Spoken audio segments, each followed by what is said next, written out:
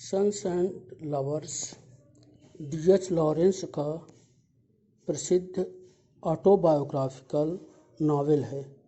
Sons and lovers 1913 में लिखा गया था और यह डी.एच. लॉरेंस का तीसरा नावल है।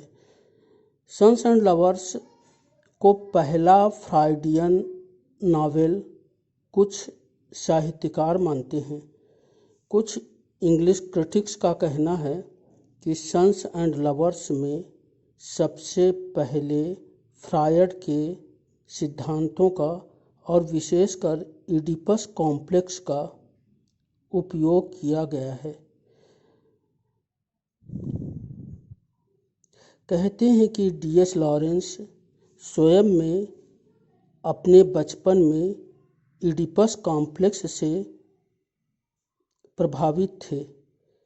लॉरेंस को बहुत ही कम जीवन काल मिला हुआ था। उनका जन्म 1885 में हुआ था और उनकी मृत्यु 1930 में ट्यूबरकुलोसिस से हो गई थी। उनका जीवन बहुत ही कष्टपूर्ण परंतु संघर्ष से भरा हुआ था और वे एक बहुत ही प्रोलिफिक या बहुत ही ज़्यादा लिखने वाले लेखक थे। सन्स एंड लवर्स में इडिपस कॉम्प्लेक्स प्रमुख रूप से दिखाई देता है या इसकी कथा इडिपस कॉम्प्लेक्स से भरी हुई है। इडिपस कॉम्प्लेक्स शब्द फ्रॉयड ने 1899 में अपनी पुस्तक इंटरप्रिटेशन ऑफ ड्रीम्स में दिया है। फ्रॉयड ने बच्चों के विकास की 5 अवस्थाएं बताई हैं, जिसमें तीसरी अवस्था का नाम उन्होंने फैलिक स्टेज रखा है। फैलिक स्टेज जो कि थर्ड स्टेज है, तीसरी अवस्था है, वो 3 साल से 6 साल के बीच बच्चों में पाई जाती है और इसमें बच्चा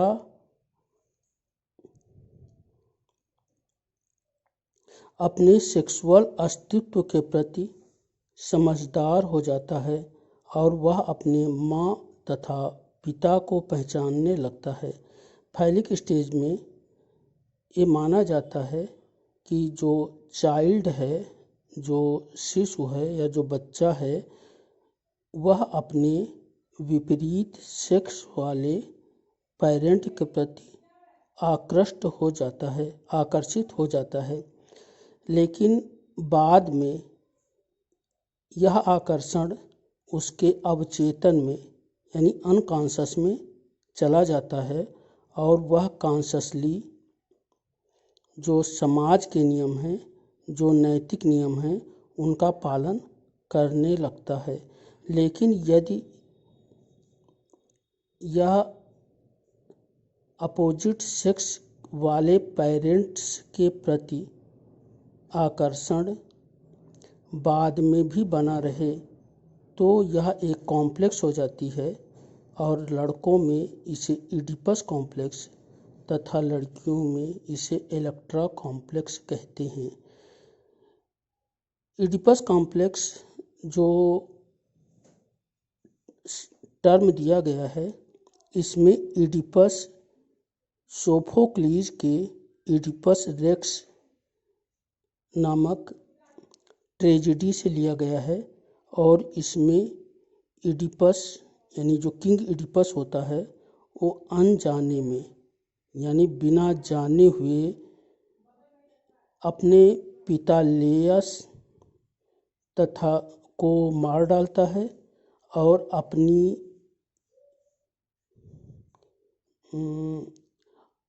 तथा वह अनजाने में ही अपनी माँ जोकास्टा से शादी कर लेता है। तो इडिपस अपनी माँ से अनजाने में जो शादी कर लेता है, तो इसी आधार पर फ्रायड ने इस मदर फिक्सेशन को इडिपस कॉम्प्लेक्स शब्द दिया था। ये ऑटोबायोग्राफिकल है क्योंकि लॉरेंस की जो माँ थी वो एक प्यूरिटन तथा एक संभ्रांत घर की थी और उनका नाम लीडिया था। वे एक टीचर हो गई थी, टीचर थीं, बहुत ही कल्चर्ड थीं, महत्वाकांक्षी थीं और वो किंग की इंग्लिश बोलती थी, यानी अच्छी अंग्रेजी बोलती थी। जबकि इनके पापा जॉन आर्थर लॉरेंस एक खान में, कोयले की खान में काम करने वाले या माइनर थे। वे ड्रंकयार्ड यानी शराब के पियक्कड़ थे और देहाती बोली बोलते थे। वे बहुत ही महत्वाकांक्षी नहीं थे। इनके मदर और फादर में घर में लड़ाई हुआ करती थी और मदर ने अपने महत्वाकांक्षा को पूरा करने के लिए अपने बच्चों के प्रति अपना रुझान बढ़ा दिया था। यानी माँ जो थी वो अपने पति से असंतुष्ट थीं, जिससे वे बच्चों को ज़्यादा मानने लगी थीं और इस तरह लॉरेंस के अंदर अपनी माँ के प्रति एक कॉम्प्लेक्स पैदा हो गया था। तो ये ऑटोबायोग्राफिकल है। सन्स एंड लवर्स जब नावल देखते हैं तो उसमें पाते हैं कि जो मदर हैं यानी पॉल मोरेल या मिसेज मोरेल, मदर हैं मिसेज मोरेल, गर्ट्रूड मोरेल। तो जो मिसेज मोरेल हैं वे जो मिस्टर मोरेल हैं उनसे उनकी आपस में नहीं पटती है। मिसेज मोरेल एक संभ्रांत हैं, कल्चर्ड हैं और मिस्टर मोरेल एक माइनर हैं और बहुत ही शराब पीते हैं और अच्छा सा व्यवहार नहीं करते हैं। एक जो जेंटलमैन्स बिहेवियर होता है उसका पालन भी नहीं करते हैं। तो मिसेज मोरेल अपना ध्यान जो है अपने पहले बेटे के ऊपर केंद्रित करती हैं, लेकिन उनका जो पहला बेटा होता है दुर्भाग्य से उसकी डेथ हो जाती है।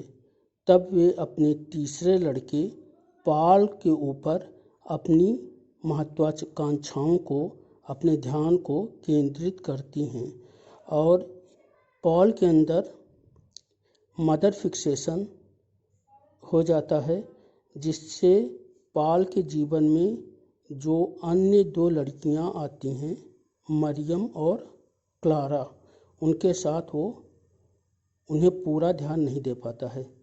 यहाँ तक कि मरियम और जो मिसेज मोरेल हैं यानी पॉल मोरेल की जो मम्मी हैं उनमें एक कॉन्फ्लिक्ट होता है, एक तनाव पैदा रहता है, क्योंकि जो पॉल की मम्मी हैं यानी जो मिसेज मोरेल हैं उनको लगता है कि मरियम पॉल की जो सोल है, आत्मा को शक कर लेगी।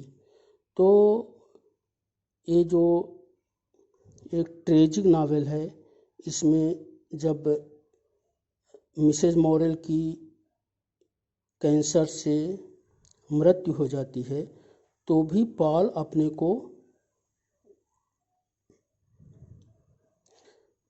व्यवस्थित नहीं कर पाता है, क्योंकि पॉल मिसेज मोरेल के ऊपर भावनात्मक रूप से बहुत ही बंध सा गया है।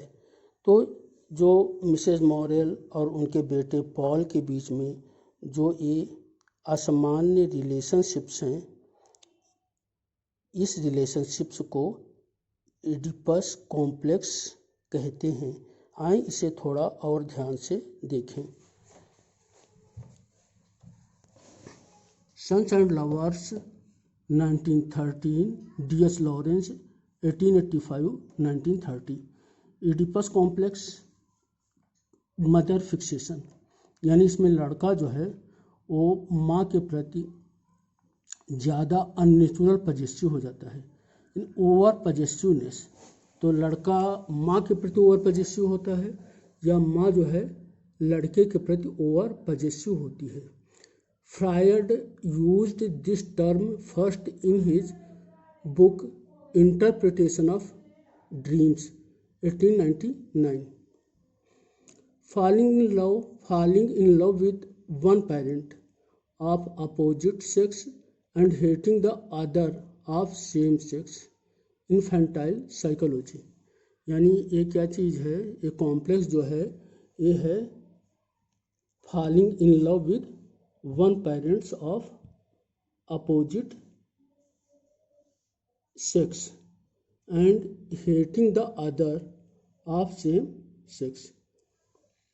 ये फैलिक स्टेज से संबंधित है नेचुरल वे में, जो थर्ड स्टेज होती है 3 ईयर्स to 6 ईयर्स, और बाद में जब ये अनकॉन्शियस में नहीं जाती है तब ये कॉम्प्लेक्स में बदल जाती है। Feeling of a sexual desire that a boy has for his mother and jealousy for his father. तो एडिपस कॉम्प्लेक्स की डिफिनीशन क्या है? Feeling of a sexual desire that a boy has for his mother and jealousy for his father. Oedipus Rex a 429 BCE सोफोक्लीज के द्वारा लिखी हुई tragedy है। Oedipus racks 429 BCE, सोफोक्लीज एक ग्रीक महान लेखक थे और ये भी बहुत ही प्रोलिफिक राइटर थे। King Oedipus, the Oedipus Rex of Sophocles, the son of Laius and Jocasta, kills his father unknowingly and marries his mother Jocasta unknowingly। तो जो Oedipus है kills his father unknowingly and marries his mother Jocasta unknowingly। भाग्य उसके साथ खेल करता है, बहुत ही बुरा खेल करता है, और वो बिना जाने अपने पापा को मार देता है और उनकी विधवा जोकोस्टा से शादी कर लेता है। अब इसमें ऑटोबायोग्राफिकल एलिमेंट हैं। Lawrence has some mother fixation, his mother Lydia was a teacher, cultured, ambitious, and his father John Arthur Lawrence was a miner। Sons and lovers 1913, इसकी कहानी में जो करेक्टर्स हैं वो देख लीजिए। Mrs Morel is dissatisfied with her husband. Mrs Morel is dissatisfied with her husband. She turns to her sons for emotional fulfillment। Mrs. Morrel turns to her sons for emotional fulfillment। She makes them husband substitutes emotionally। सबसे important चीज़ ये है कि Mrs moral अपने बच्चों को emotionally husband substitute बना लेती हैं। She makes them husband substitute emotionally, if not physically। Mother Mrs. Morrel shows over possessiveness। तो जो मदर हैं वो ओवर पजेसिवनेस शो करती हैं। For the soul of Paul there is a conflict between the mother and Miriam. तो Paul की soul के लिए पाल की आत्मा के लिए मदर और मरियम में एक कॉन्फ्लिक्ट है पूरे नावल में। Clara can give to Paul only physical love, she finds the disturbing mother image.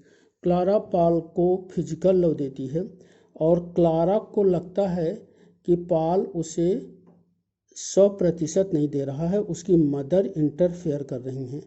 तो she finds the disturbing mother image.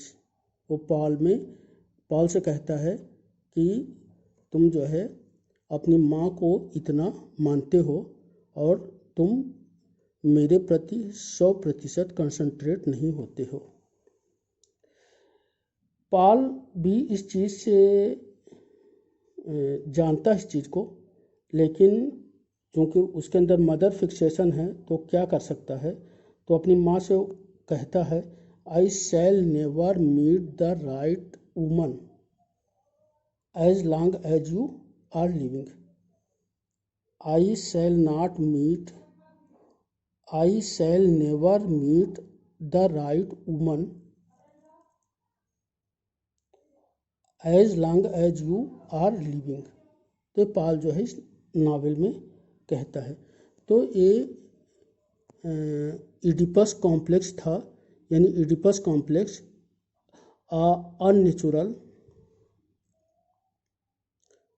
Mother fixation or the over possessiveness of a mother towards his son or vice versa।